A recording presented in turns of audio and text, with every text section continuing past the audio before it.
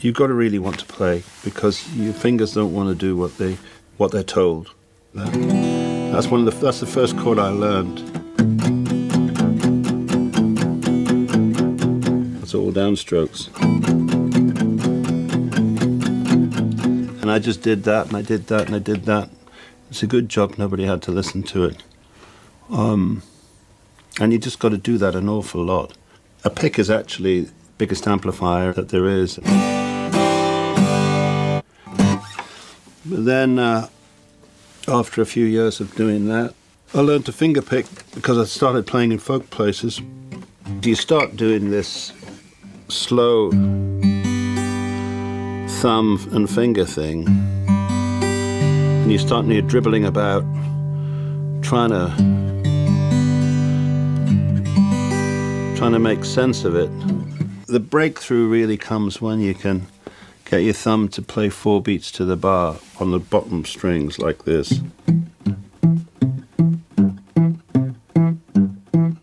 And then your fingers are supposed to fit in with that, which is a clever trick if you can do it. It's like learning to water ski. I'm up, I'm down. But once you start to be able to pick a little tune out in a chord, get the rhythm going, and you can just hold a chord with the left hand, like a C chord there, and you can go, which sounds quite a lot, really. It's kind of impressive, considering the fact your left hand's not doing anything, it's just holding this chord. And then the idea is that you can go on developing that, and then maybe pick out a little bit of a tune at the same time, so you're accompanying yourself.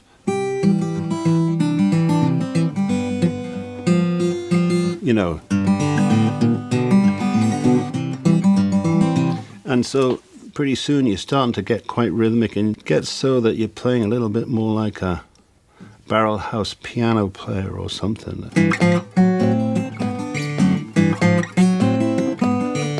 And it's almost like a piano with the left hand and right hand going all at once, and it's getting some rhythm to it.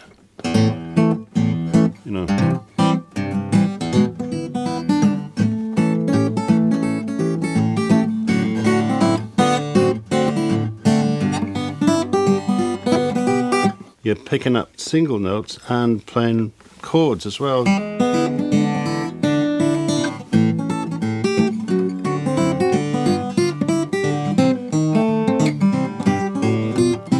Finger and thumb are starting to play the notes. And you could do it much better with a pick. You can actually do it faster and louder with a pick, but I'd just be doing this with my finger and thumb. So everybody develops their own way of playing if you play enough. And finger and thumb sort of falling over each other. And I would write songs the way I write songs now, most of the time just on an acoustic guitar. But the first time I got a Fender Stratocaster, it was after I'd got Dire Straits going, and it was my lust object as a child. And when I heard the sound of it, when I wrote Sultans of Swing, for instance, I'd written it on an acoustic guitar, and it was different. The sound of the strings together and the tonality of the guitar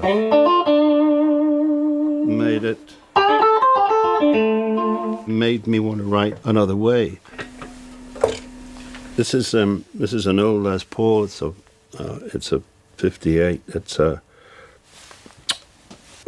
Everything seemed to come right about this time. If you get to the end of a vocal and you've got nothing more to say, but maybe the guitar has, and you wanted something, maybe a richer sound, well, then I'd probably use something like this. So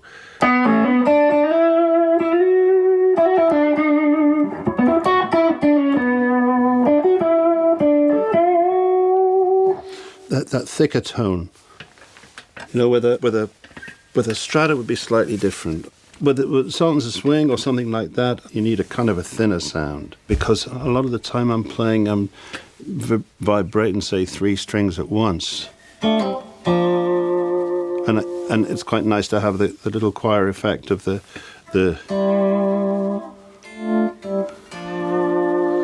I'm trying to make the things speak, but so I wanted to play a little bit of rhythm.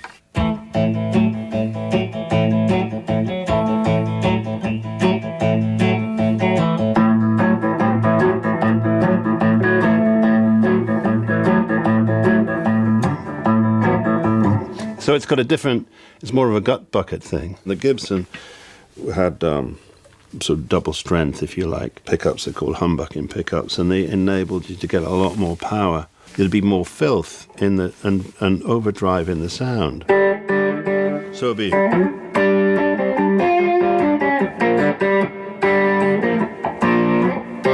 When I saw Buddy Waters playing, with the band, with his band, I was struck by just how low and level the thing was, but just how the thing was levitating and grooving. Half the time it's not really to do with volume at all. A lot of the great players didn't necessarily play so loud. One of the reasons why the guitar is figured big in jazz is that you don't necessarily have to play so hard with your right hand and hammer everything. You can kind of finger. When you're playing quick things, you're playing a lot of notes. Again, an electric guitar can articulate those notes more easily than an acoustic. And also it's very quick chordally.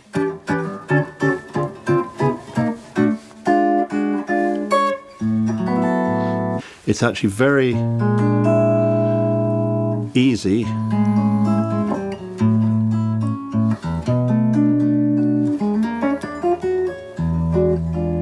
You can move between playing single notes and chords and little bits of chords and little drops and runs and all sorts of things.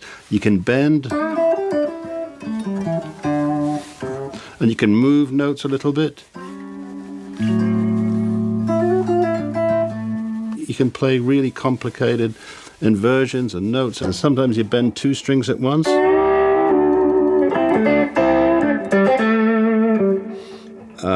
And you're imitating other sounds that you might be imitating. I use a little pedal to swell a note in like it's being bowed.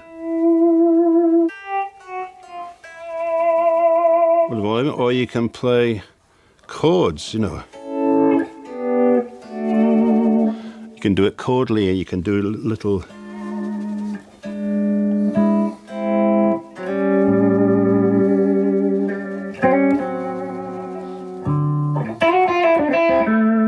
It's really flexible and endless fun for young and old. In this case, old. Normally when I'd be at home, most of the time I'll play on an acoustic guitar because it's just such a beautiful, friendly thing. Great instrument for a songwriter. You just play them and they sound good.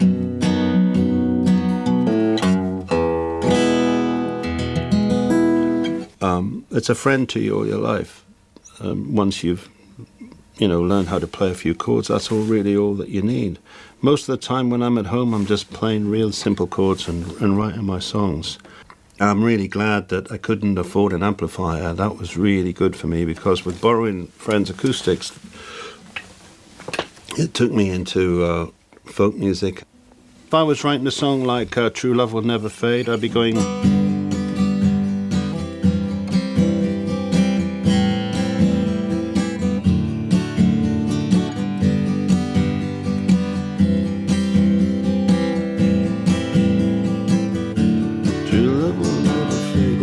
And it would probably come from sitting with a flat top guitar like this. This thing is more about finger picking.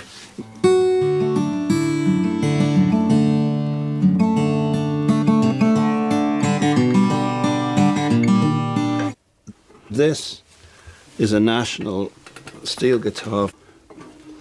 One day I was playing around on this and came up with Romeo and Juliet, just because of the nature of the guitar.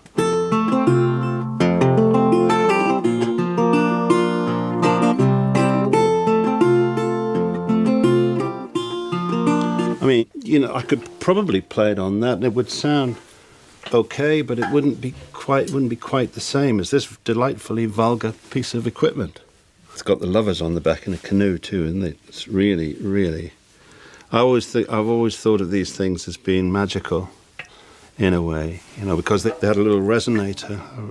It's like a speaker that's held down by the bridge, and funnily enough, it records really well. It's actually made it on a lot of records that I've made. This thing, it tends to come out a little bit somewhere between a guitar and a piano.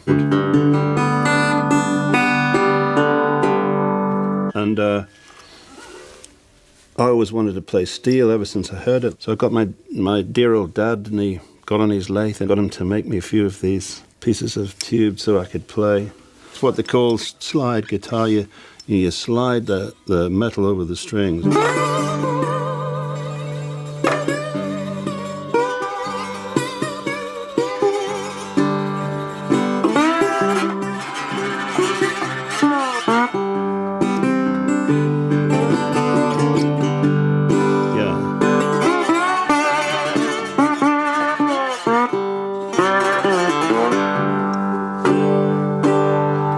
If you hit these things hard, they're loud.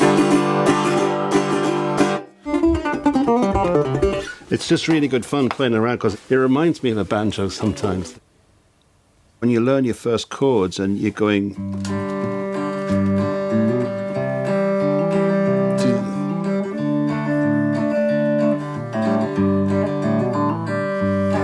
That's a very basic kind of... That's your one chord. And here's your four chord. Then your five chord. The same chords in the B in a blues.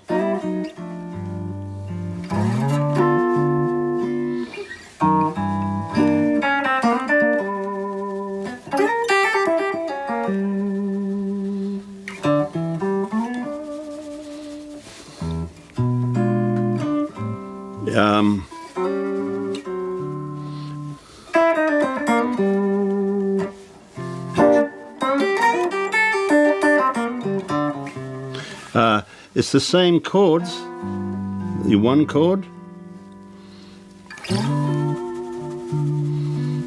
and then the bit that would be that. It'd be the same thing.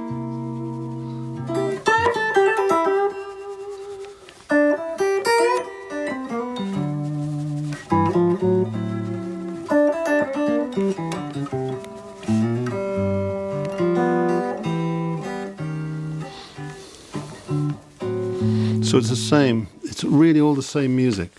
Once you start extemporizing on that and it becomes jazz, then you can start putting little interval chords in.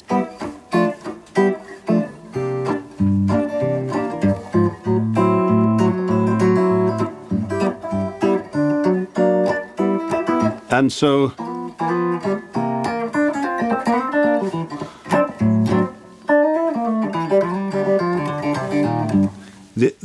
it's the same chord and the same 1, 4, 5s or whatever, but you're just putting more things in.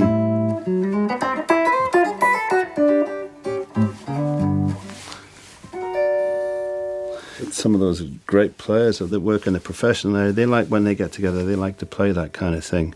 It's not really my music, and it's not really something that I spend much time doing. And I'm much more likely myself to be doing this.